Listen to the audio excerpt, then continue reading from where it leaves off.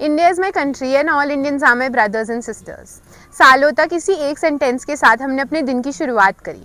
School की assembly की सीधी लाइनों में, आवाज़ में हल्की सी झिझक, हल्की सी ढीली यूनिफॉर्म। उस समय हमें इन शब्दों का मतलब समझ नहीं आता था। हम इन शब्दों को सिर्फ इसलिए बोलते थे क्योंकि हमें कहा गया था। यह हमारे रूटीन का एक हिस्सा था। लेकिन फिर स्कूल असेंबलीज और आज के दिन में कहीं ना कहीं इस प्लेज का मतलब हमारे लिए बदल गया। हमें ये समझ आने लगा कि ये सिर्फ एक प्लेज नहीं है बल्कि एक जिम्मेदारी है। ये एक याद दिलाने वाली बात है कि हम कौन हैं, एक दूसरे के लिए हमारा क्या फ़र्ज़ बनता है और असल हिंदुस्तानी होने का क्या मतलब है।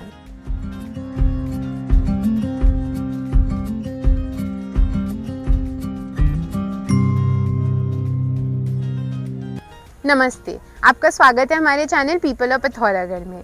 मैं हूँ मलेश्वरी, आपकी आज की होस्ट। यूनिटी इन डाइवर्सिटी, ये स्टेटमेंट हम सब ने बचपन से सुना है और सच कहें तो इंडिया का ट्रू एसेंस भी यही है। लेकिन आज की ग्राउंड रियलिटी हमें रुककर सोचने पर मजबूर करती है। लास्ट ईयर यानी 2025 में देश में 28 कम्युनल वायलेंस के केसेस रजिस्टर हुए। इसी दौरान 14 मॉब वायलेंस के केसेस भी रजिस्टर हुए जो कि जाति और धर्म की आइडेंटिटीज़ के अराउंड ही घूमते थे। इसके अलावा 1300 से भी ज़्यादा hate speech related incidences report किए गए जो कि कम्युनिटीज़ की ओर टारगेटेड थे। ये नंबर्स सिर्फ स्टैटिस्टिक्स नहीं है, ये एक रिमाइंडर है कि कहीं ना कहीं हम अपनी शेयर्ड आइडेंटिटी से दूर होते जा रहे हैं। हम अक्सर अपनी पहचान को हिंदू, मुस्लिम, सिख, ईसाई में बांट देते हैं और हम ये भूल जाते हैं कि सबसे पहले हम एक हिंदुस्तानी हैं। आज हमारे साथ जो मेहमान मौजूद हैं, एडवोकेट DN भट्ट, वो हमें इसी बात की याद दिलाने जा रहे हैं। हमारा प्रियम्बल हमें ये सिखाता है कि भारतीय होने का असली मतलब क्या है। ये सिर्फ लिखी हुई कुछ पंक्तियाँ नहीं है बल्कि हमारी कलेक्टिव जिम्मेदारी है। नमस्ते, आपका स्वागत है हमारे चैनल पीपल ऑफ पिथौरागढ़ में। सबसे पहले मैं चाहूँगी आप हमारी ऑडियंस को अपना एक छोटा सा इंट्रोडक्शन दें। आप अपने बारे में बताइए। मैं DN भट्ट एडवोकेट पिथौरागढ़ में पिछले 44 ईयर से वकालत कर रहा हूँ और मैं ग्राम जाग का रहने वाला हूँ। लेकिन संप्रति वर्तमान में मैं सिमलगढ़ बाज़ार पिथौरागढ़ में 40 साल से निवास कर रहा हूँ। बच्चों, सबसे पहले मैं तुम्हें बधाई दूंगा कि तुम जिस विषय में मेरे पास आए हो, इतने गूढ़ विषय के बारे में इस उम्र में सोचना कि तुम्हारे अच्छे भविष्य का प्रतीक है, इसलिए तुम बधाई के पात्र हो। थैंक अब यू। पूछो बेटा, मुझसे क्या पूछना। तो आजकल हमारे देश में कम्युनल वायलेंस और डिस्क्रिमिनेशन, ये वाली चीज़ें बहुत ज़्यादा बढ़ चुकी हैं और हम भूल गए हैं कि कैसे हम बचपन से जो सीखते आ रहे हैं यूनिटी इन डाइवर्सिटी, उसका असल मतलब क्या है। तो आज रिपब्लिक डे पे हम चाहते हैं हम आपके साथ और हमारी ऑडियंस भी साथ में एक्चुअल इंडियन होने का जो मतलब है वो समझे और उसको ट्रू असेंस में अपनी लाइफ में इम्प्लीमेंट करे। और जो हमारे प्रियम्बल है कॉन्स्टिट्यूशन का, जिसके बारे में हम शायद बहुत ही सरफेस लेवल पे तो समझते हैं, उसका असल मतलब हम नहीं जानते। तो हम चाहते हैं आज आप हमें वो समझाएं ताकि हम वापस याद कर सकें कि हिंदुस्तानी होने का असली मतलब क्या है। आपका पहला क्वेश्चन है बेटा कि वास्तव में हम भारतीय हैं, हम कैसे जानें। इसका उत्तर ये है, संसद की प्राचीर में लिखा हुआ है। कभी आप दिल्ली जाइए, पढ़िएगा। अयम निज परोवेति गणना लघुचिदसाम उदार चरिता नाम तो वसुधैव कुटुंबकम।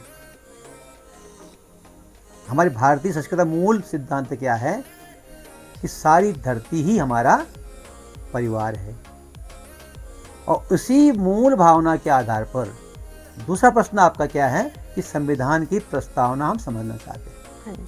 उसी मूल भावना के आधार पर, इसी भावना के आधार पर, वसुधैव कुटुंब की भावना के आधार पर, विश्व बंधुत्व की भावना के आधार पर हमारा संविधान बना है।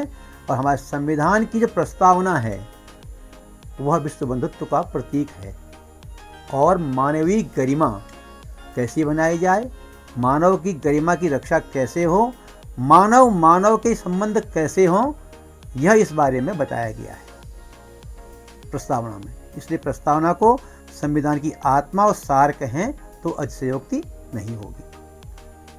बेटा, सबसे पहले बताऊंगा आपको प्रस्तावना के बारे में। आपने कहा आप जानना चाहते हैं, तो आप जानिए कि प्रस्तावना की शक्ति क्या है। आप प्रस्तावना पढ़ते हैं, पहला शब्द क्या है? हम भारत के लोग, we the people of India. यानी कि हम सारे भारत के लोग,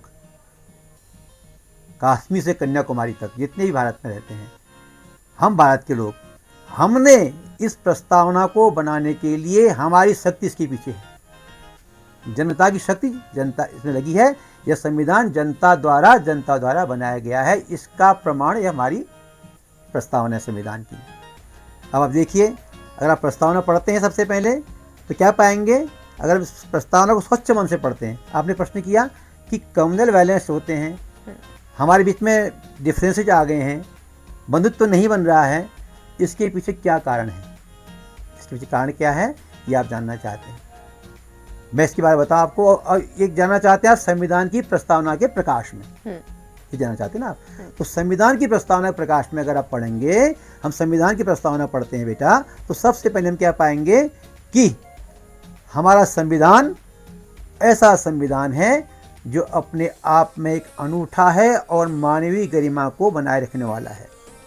अगर हम इस संविधान की प्रस्तावना को स्वच्छ मन से पढ़ते हैं, स्वस्थ हृदय से पढ़ते हैं और वास्तव में आत्मार्पित करते हैं, तो सारी समस्याओं का समाधान है। जो समस्या आप कह रहे हैं सबका समाधान इसमें है। अब आप देखिए विडंबना क्या है कि भारत के लोगों ने संविधान के प्रस्तावना को पढ़ा तो सबने है, विद्वानों को तो याद भी है, लेकिन इसको प्रैक्टिकल में अपने जीवन में हमने नहीं उतारा। कथनी से करनी भली कहते हैं, वो हमने नहीं करी। प्रस्तावना कथनी का रह गया, जीवन में नहीं उतरा।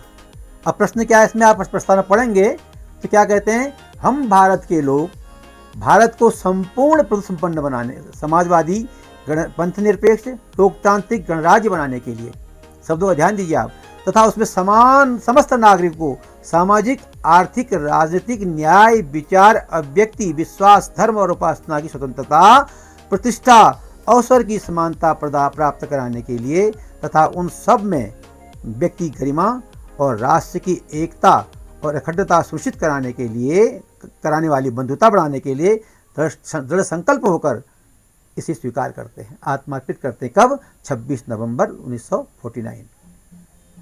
इन शब्दों में ध्यान दीजिए आप, क्या कहते हैं पहले शब्द क्या है, हम भारत के लोग, हम सभी भारत के लोग क्या करते हैं, इस भारत को संपूर्ण प्रभुत्व संपन्न स्वतंत्र राष्ट्र बनाने के लिए किसी के दबाव में हम नहीं रहेंगे। विश्व का कोई भी राष्ट्र हमें अपने दबाव में नहीं ले सकता। हम प्रभुत्व संपन्न राष्ट्र हैं, ये हम गौरवशाली राष्ट्र हैं, ये हमारा कहना है। और समाजवादी, सबको समान अवसर मिले। पंथ निरपेक्ष मतलब है कि राज्य का अपना कोई धर्म नहीं होगा, सारे धर्म राज्य के लिए बराबर होंगे, सारे धर्म को मानने वाले इसके लिए बराबर होंगे।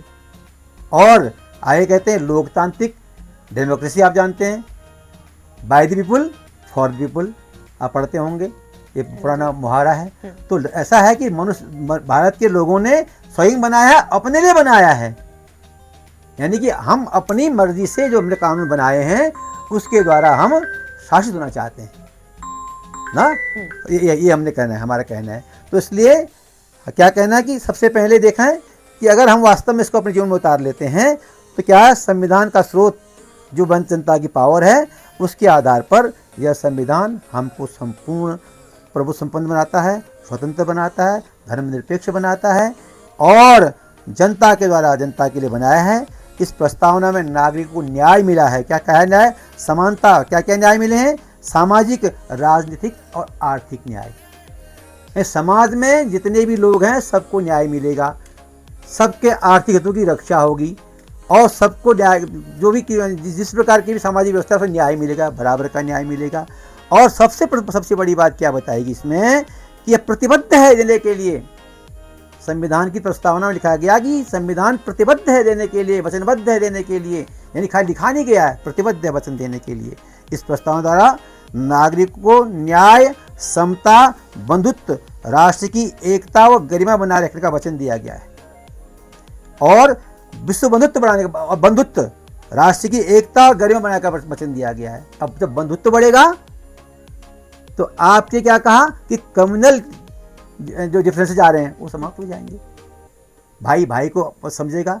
जो हम मुख से कहते हैं कि हमारे भारत में भाईचारा है और भाईचारे से हम रहते हैं, उसको हमने, भाईचारा वास्तव में है तो हमें कब इस संविधान की प्रस्तावना को अगर आप उतार लेंगे तो भाईचारा अपने आप आ जाएगा। और जो न्याय है, सामाजिक न्याय है, आर्थिक न्याय है, वो हमें मिलेगा, विश्व बंधुत्व बढ़ेगा और हम स्वतंत्र होंगे तो राष्ट्र फलेगा, फूलेगा। अब प्रश्न क्या है कि हमने वास्तव में इसको आत्मार्पित नहीं किया है। इस प्रस्तावना को आत्मार्पित करने की आवश्यकता है। जिस दिन हम सब भारत के लोग इसको आत्मार्पित कर लेंगे उस दिन हमारी सारी समस्या का समाधान स्वतः हो जाएगा। मैं प्रणाम करता हूँ उन संविधान निर्माताओं को जो प्रातः स्मरणीय हैं, पूजनीय हैं, जिनकी इतनी दूरदृष्टि थी कि संविधान का प्रस्तावना युगों युगों तक के लिए अमर हो गया है और इसको जीवन में उतारने की आवश्यकता है। और प्रत्येक नागरिक कर्तव्य है, क्योंकि हम समस्त नागरिकों ने, हम भारत के लोगों ने वचन दिया है कि हम इसकी ये हमारी प्रस्तावना है, हम इसको आत्मार्पित करते हैं और दृढ़ संकल्पित होते हैं। अब गलती क्या है, आत्मार्पित नहीं कर रहे हैं, दृढ़ संकल्प हम नहीं ले रहे हैं कि संविधान का पालन करेंगे। इसलिए मैं आप बच्चे जो इतना सुंदर विषय लेकर के आए हैं, मेरा एक ही सुझाव है कि जिस दिन आत्मार्पित कर लेंगे संविधान की प्रस्तावना को, सारी समस्याएं स्वतः समाप्त हो जाएंगी। थैंक यू सो मच, आपने हमारे लिए समय निकाला और बहुत ही अच्छे से आपने एक्सप्लेन किया हमको और उम्मीद करते हैं कि जो आपका मैसेज है वो हमारे लोगों तक अच्छे से पहुंचेगा। ठीक है, and thank you so much. आप समस्त लोगों को मैं गणतंत्र दिवस की हार्दिक बधाइयाँ देता हूँ और भगवान से प्रार्थना करता हूँ कि हमारा गणतंत्र दिवस सदा अमर रहे। आज की ये बातचीत हमें सिंपल बट एक ज़रूरी बात याद दिलाती है। हमारा प्रियम्बल ना सिर्फ एक कॉन्स्टिट्यूशन का हिस्सा है बल्कि इंडिया की सोल है।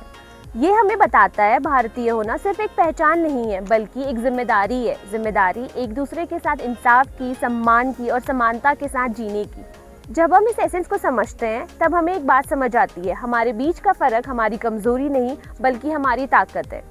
और इसी अंडरस्टैंडिंग के साथ हम एक ज़्यादा इंक्लूसिव, ज़्यादा स्ट्रॉन्ग और ज़्यादा यूनाइटेड इंडिया की तरफ आगे बढ़ सकते हैं। अगर ये बातचीत आपको मीनिंगफुल लगी हो तो इस मैसेज को आगे शेयर करिए, इसके बारे में सोचिए, बात करिए, क्योंकि देश ज़मीन से नहीं बल्कि लोगों से बनता है।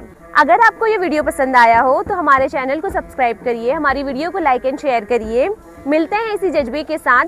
Happy Republic day. जय हिंद।